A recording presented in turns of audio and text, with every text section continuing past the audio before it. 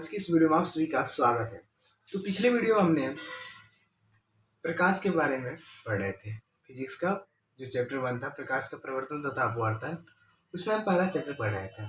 ठीक, तो उसमें हमने क्या पढ़ा था? प्रकाश किसे कहते हैं, प्रकाश के कुछ गुण थे, उनके बारे में हमने पढ़ा था। आज के इस लेक्चर में हम प्रकाश का प्रवर्तन तथा अपवर्तन के बारे में पढ़ेंगे।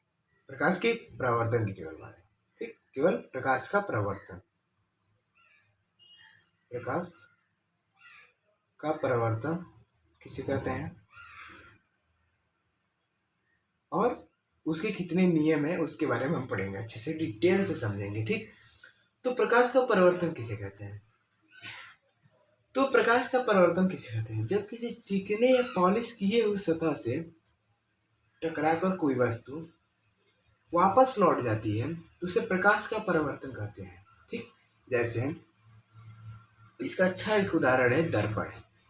जब हम शीशे में देखते हैं अपना चेहरा, ठीक, तो प्रकाश जाता है, ठीक, और टकराकर उस शीशे से टकराकर हमें हमारा प्रतिबिंब दिखाई देता है।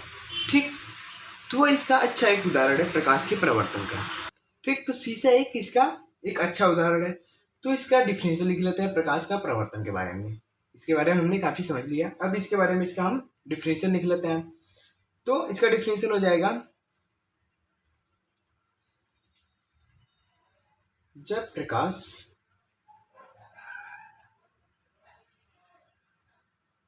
किसी चिकने सतह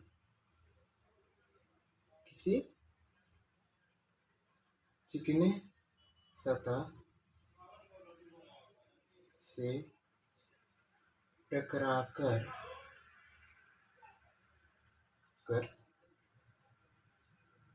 वापस लौट जाती है, टकराकर वापस लौट जाती है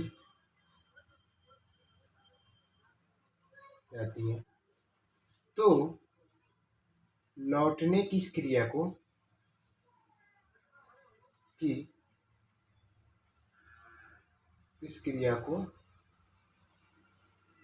प्रकाश का प्रवर्तन कहते हैं। प्रकाश का परावर्तन कहते हैं। तो आइए बात ये क्लियर हो गया होगा कि प्रकाश का परावर्तन कैसे कहते हैं। जब प्रकाश की किरणें किसी चिकने सतह या पॉलिश किए सतह से टकराकर वापस आ जाती है तो उसे प्रकाश का परावर्तन कहते हैं। अब इसका नियम होता है, ठीक, इसके नियम के बारे में जान लेते हैं। परावर्तन का नियम, परावर्तन का, तो परावर्तन का नियम क्या होता है? तो परावर्तन के दो नियम है, इसके दो नियम है, पहला और यहाँ पर दूसरा। ठीक, इसके दो नियम है टोटल। जैसे यहाँ पर एक चित्र बनाया गया है, यहाँ पर जैसे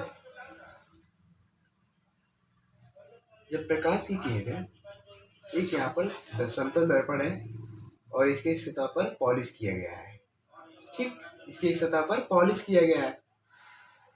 तो जब प्रकाश की किरणें इधर से आती है, इधर से, तो प्रकाश की किरण टकराकर उसी माध्यम में वापस लौट जाती है। जब प्रकाश की किरणें इधर से आती है तो टकराकर उसी माध्यम में उधर लौट जाती हैं, ठीक, तो प्रकाश की किरणें इधर लौट जाती हैं।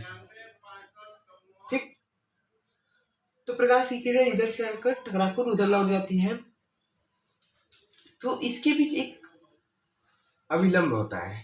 ठीक, इन दोनों के बीच में एकदम अविलंब होता है। ठीक, अविलंब, ये हो गया अविलंब। ठीक,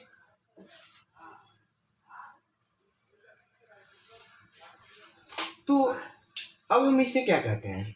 जो यहाँ पर जब प्रकाश की किरणें आती हैं तो आने वाले किरण को आपतित किरण कहते हैं। इस किरण को क्या कहते हैं? आपतित किरण।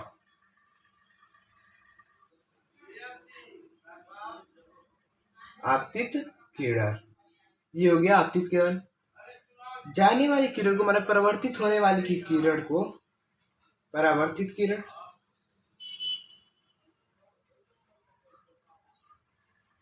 ठीक, और ये अभिलंब है, ठीक, इसे अभिलंब कहते हैं।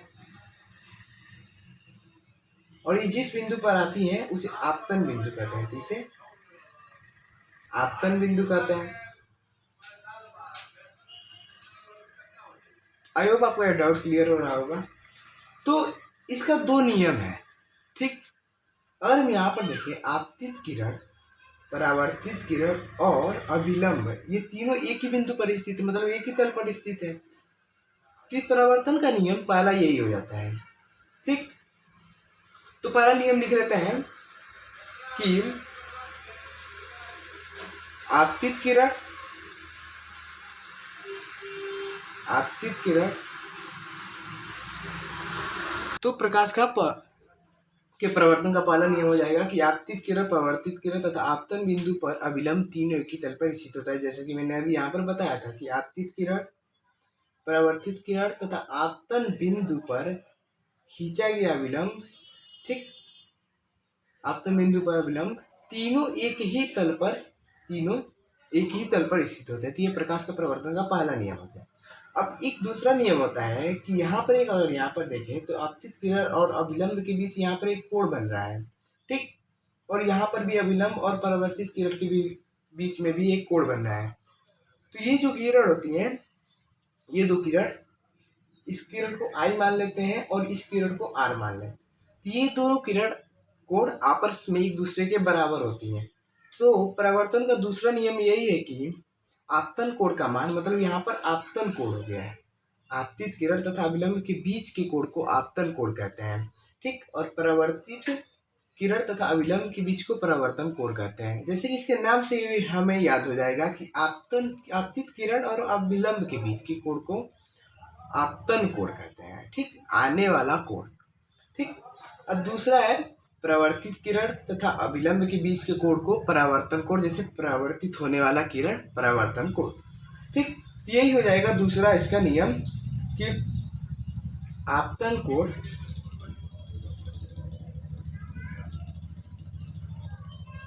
सदैव परावर्तन कोण के बराबर होता है, सदैव परावर्तन कोण के बराबर होता है।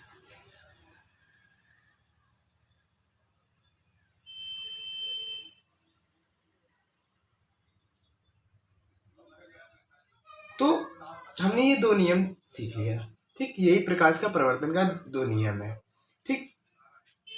तो आई होप आपका ये क्लियर हो गया होगा प्रकाश का प्रवर्तन किसे कहते हैं, और प्रवर्तन के जो नियम होते हैं वो मैंने इजिली क्लियर कर दिया। तो आई होप आपको ये डाउट क्लियर हो गया होगा। अगर कुछ भी क्लियर नहीं होगा तो आप कमेंट बॉक्स में लिख सकते हैं, और इसका नोट्स आपको डिस्क्रिप्शन बॉक्स में मिल जाएगा, वहाँ से आप जाकर डाउनलोड कर सकते हैं और पढ़ सकते हैं, ठीक। So thanks for watching this video.